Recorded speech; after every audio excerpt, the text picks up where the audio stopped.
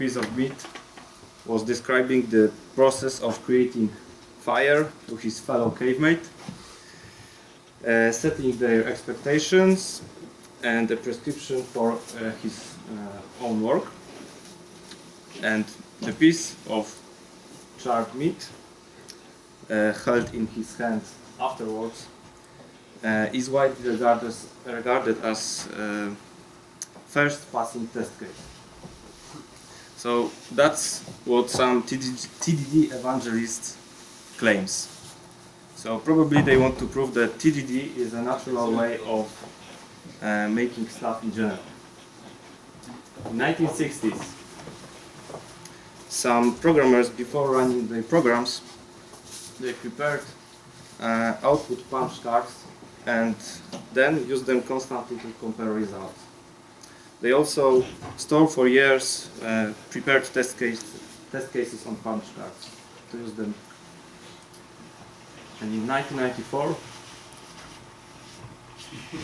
do you know this guy?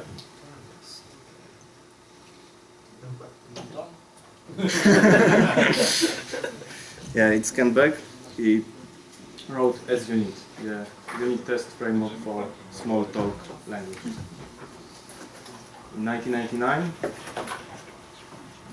there was a first TDD tutorial published at objectmentor.com. In 2000, first version of JUnit. In 2001, the idea of continuous integration arises. All right. In 2002, first plugin for JUnit for Eclipse. 2005, PDD, and Joe Wells blogs about his assert technique using Java matchers. 2006, JUnit 4.0. And where am I here? In 1998, I got my first PC. In check. In 2003, I wrote first HTML page. In 2005, I wrote first line of code in C++. 2008, I wrote first line of code in Java. 2009, I wrote first unit test, and in 2013, I started using TDD technique. So as you can see, I don't have much experience in unit testing and TDD, but I already found it really helpful in my work. So I introduced myself. How about you? Are there any non-developers, guys? Yeah. And so I assume the rest is developers. Any Java developers here? Any other language? Flex developers. Flex? Yeah. Language.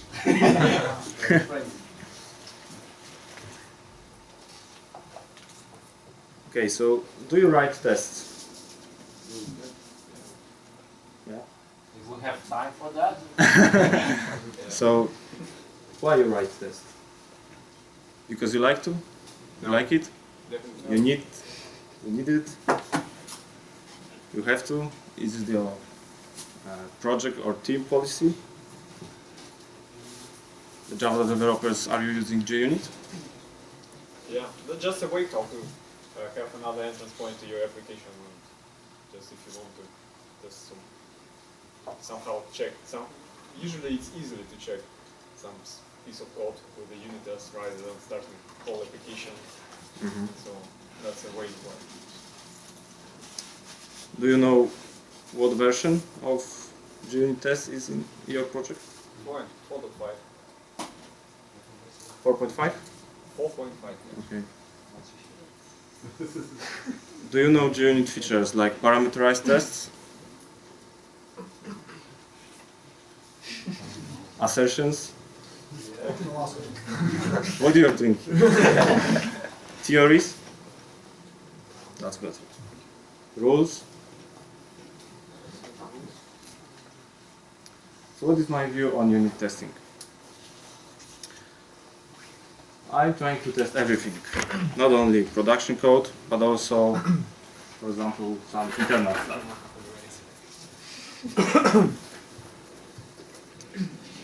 When I treat code, test code as a code, so I'm trying to obey dry rule, solid rules, writing clean code. I want my test to be thorough as it's possible, quick, readable, so I always try to imagine that in some time in future I will need to read this test again. I'm focusing on providing descriptive failure message. I always try to test what should be done and what should not be done, because many times we forget about asserting that something that only the thing which should happen is actually happening. And I'm trying to use JUnit features.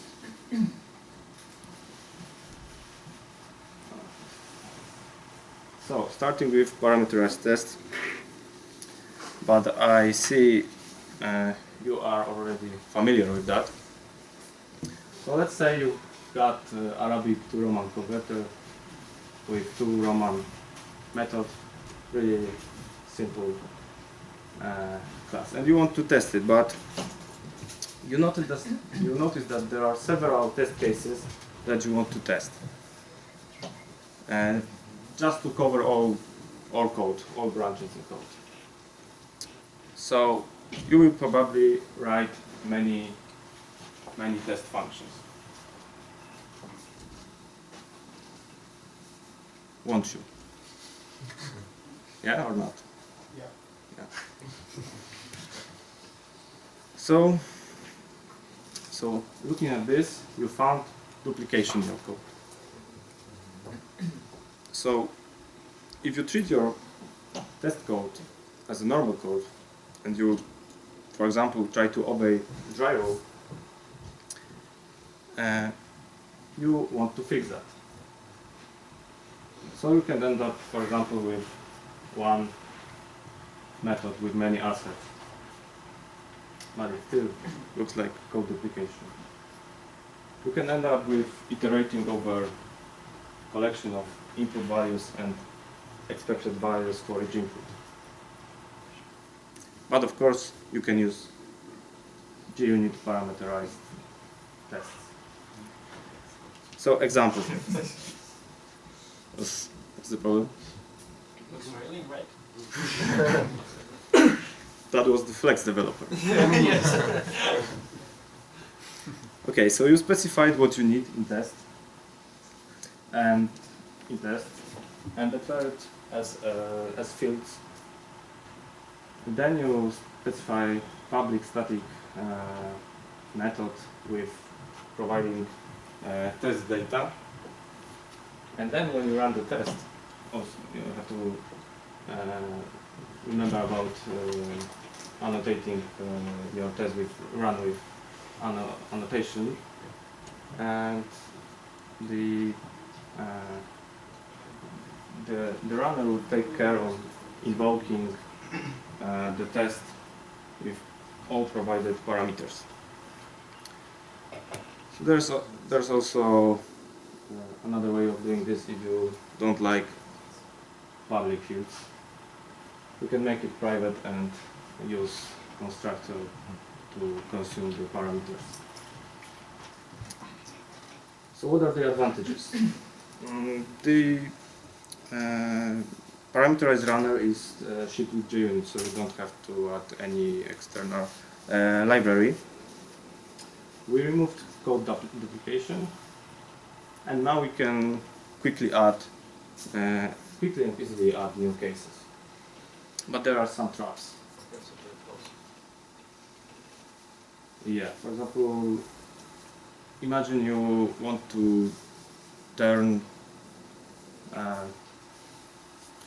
turn test, which already uses Mockito JUnit runner to parameterize tests, so you can't use two runners at the same time. What can you do?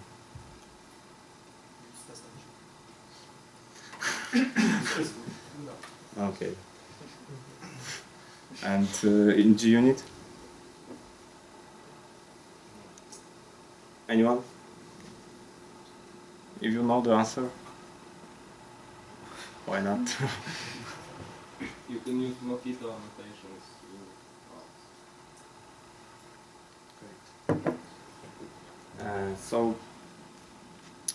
So the problem is also that each test in test class will be run as parameterized test.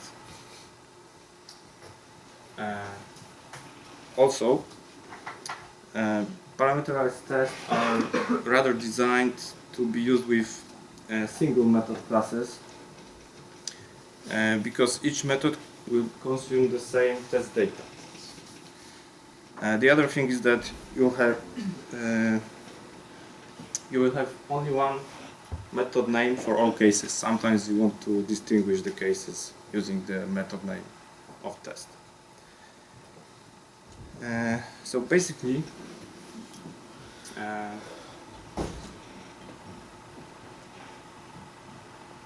this problem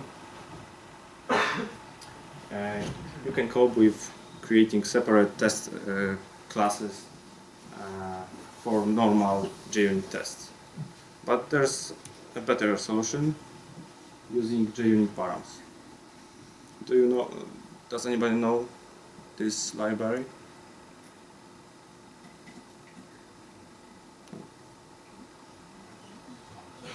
So, And what is the difference with the previous course? so The same. So we got different runner, Yeah. and we also have this annotation, Annotation for methods. but it's from the different library. And as you can see, we can specify right here parameters, but be careful because as you can see, this is each test case is string, which is then interpreted by runner. So you can make some simple mistakes there. But you can also provide a method with parameters and use it as a method parameter of parameters annotation. Any questions? We can also get rid of using specifying the method name using name convention. When you name your method with test cases, prefixed with parameters for, and then the name of test method. And you can also write test case provider. You have to remember that each method should start with provide, and then using source parameter you can use the provider. So now assertions. When there was a birth of XUnit test frameworks, so the basic feature was assert method. Assert true, assert false, and assert equals evolved from this method. Fortunately, there is there is something more, assert that, which can consume matchers. So why to use assertions? As you will see soon, to improve quality of failure description and to improve readability of tests itself. So Hamcrest. I use Hamcrest. By the way, do you know what Hamcrest means?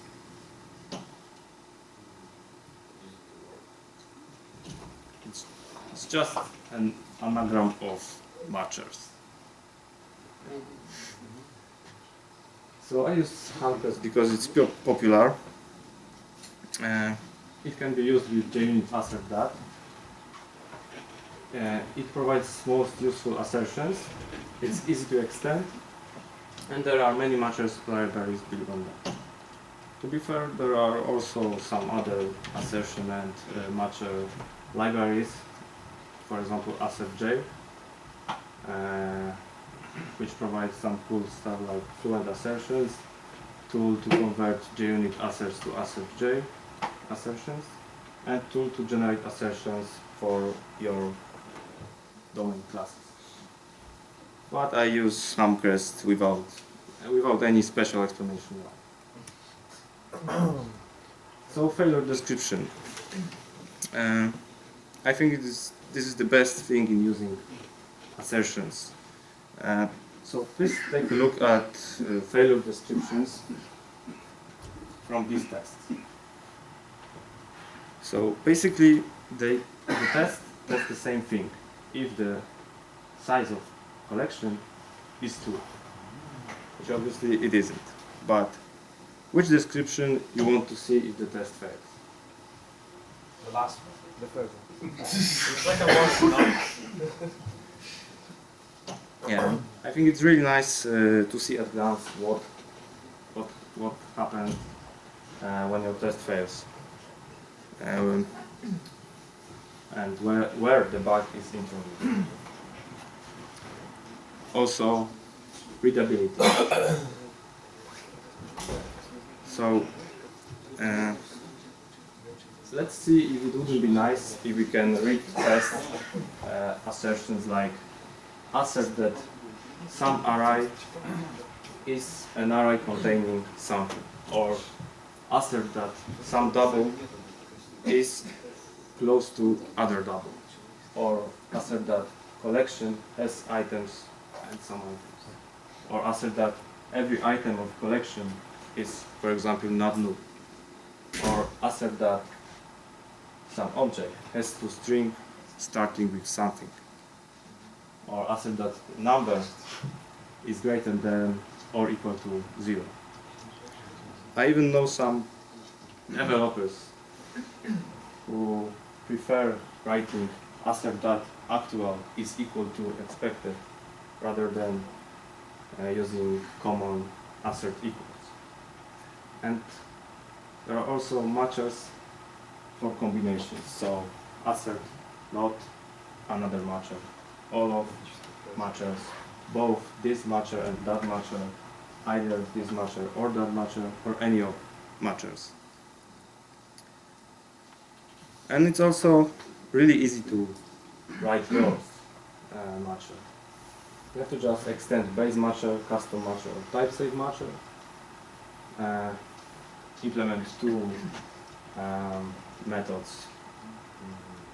One is matches, where you provide matching condition, and the other is description, when you provide the description of your matcher. And it's always nice to provide factory methods when you write your own matches, just to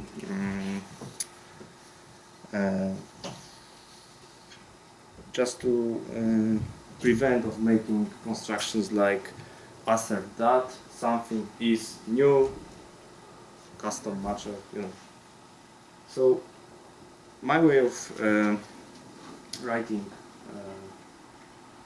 custom matchers is to group matchers for one class. Like, for example, this is class containing matchers for string objects. So I just provide a factor method which always create new instance of type-safe matcher, and I can use this palindrome matcher, like assert that some string is palindrome, or combining assert that some string is not palindrome.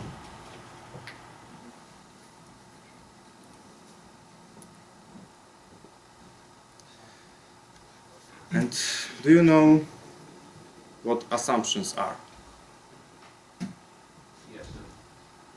So besides assertion mechanism, we also have assumptions, and we can use assume false, assume exception, all those stuff in our test code. So even assumption fails, test is ignored. So it works almost like ignore annotation, but we can ignore test using some conditions. And another important thing is that there is also assume that method, which consumes Hamcrest matchers. So I don't use assumptions to ignore test unless I write theory. So we will find soon why assumptions are useful when writing theories.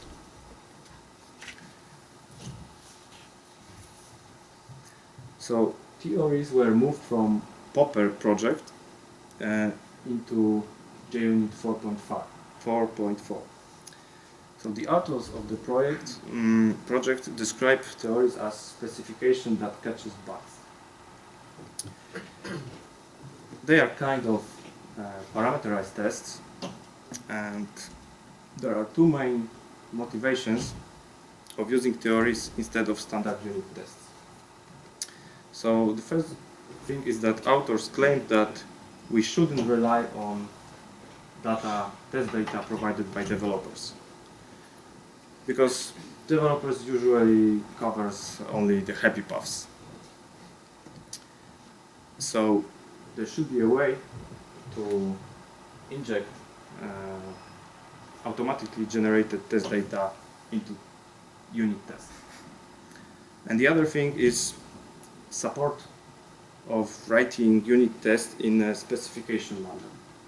So that developers can express program behavior, making tests more readable and more descriptive. So making tests like a real documentation of code.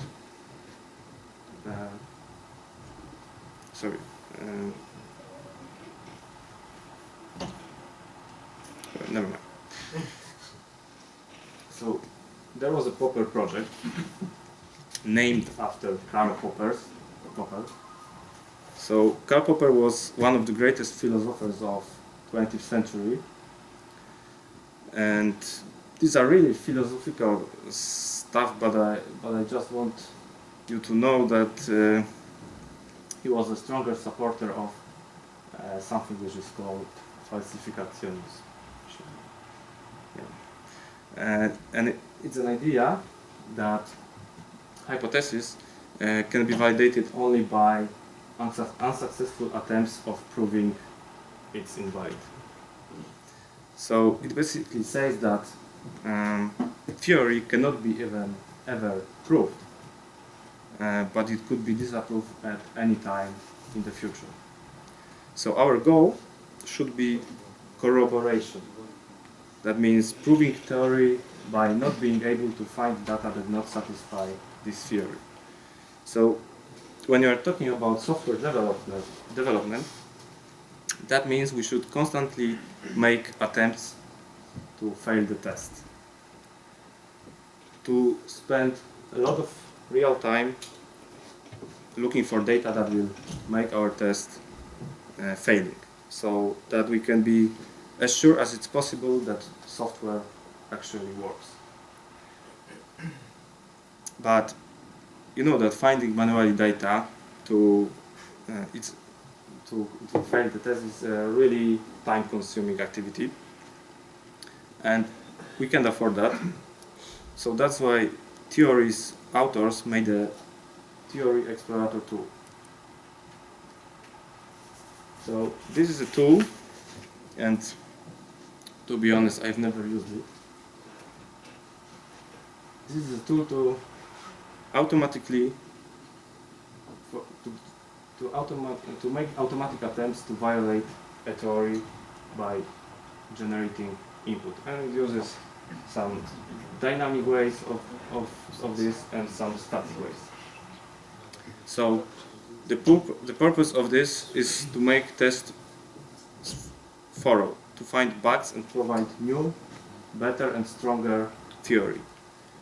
So actually using this tool, the authors of theories find some bugs in Time and Money API and Apache Commons collections also. So, but why tests should be thorough? For me, it's simple, because you want to make reliable software. But actually, software always could produce error in cases you will not ever think of. Sometimes even 100% coverage of lines and branches is not enough. So, for example, would you predict that those tests will fail?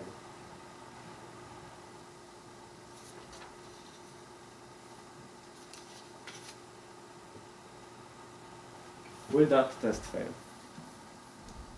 And that.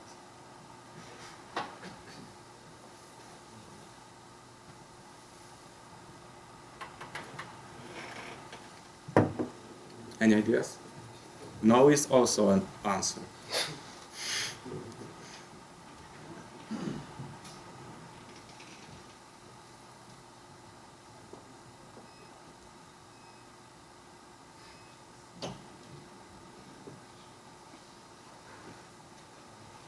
This one should work. In case of false, it will work. So the I first believe the first one is okay. Yeah, even if we'll have other false, it should work. Maybe. Okay. So if that answer this test will pass. Yeah. How about this?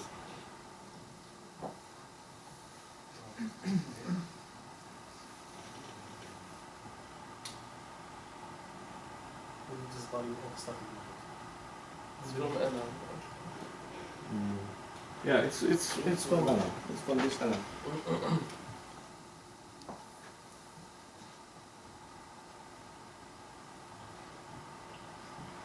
So you probably think that at least one should fail, yeah? Because what is the purpose of showing this? Yeah, from the first point, from the first look, it looks that Okay. both of these So- tests should pass, right? So the answer is that both tests will fail. But probably there is some trick. Yeah. So the first one will fail because that number returns mean value of integer. And that's how absolute method of math works. Actually, you know that because there's no equivalent, mean value of integer multiplied by -1 will exceed integer. Yeah. So they decided to leave mean value using apps. And this is the answer of why the second test will fail. So we use Turkish locale. So common test. And common situation. this ASCII sign, yeah. But I believe there are some computers in Turkey. So this ASCII sign used with two uppercase returns something which looks like capital I with dot on the top. It will happen with the Turkish. Why Turkish? Yeah, what will happen if we will do the Turkish language? This ASCII sign will be using two uppercase method. Will give us some ASCII sign which looks like capital E, I, Yeah, but has another with, code. with Yeah. dot on the top.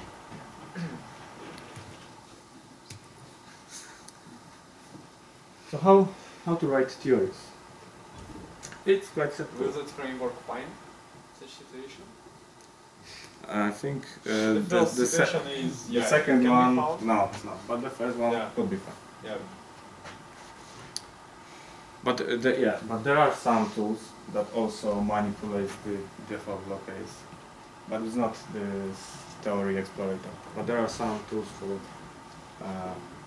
random test frameworks. Like they are manipulating default blockade. But they can take a predictable time to test. Yeah, but it's got They are night not. falls.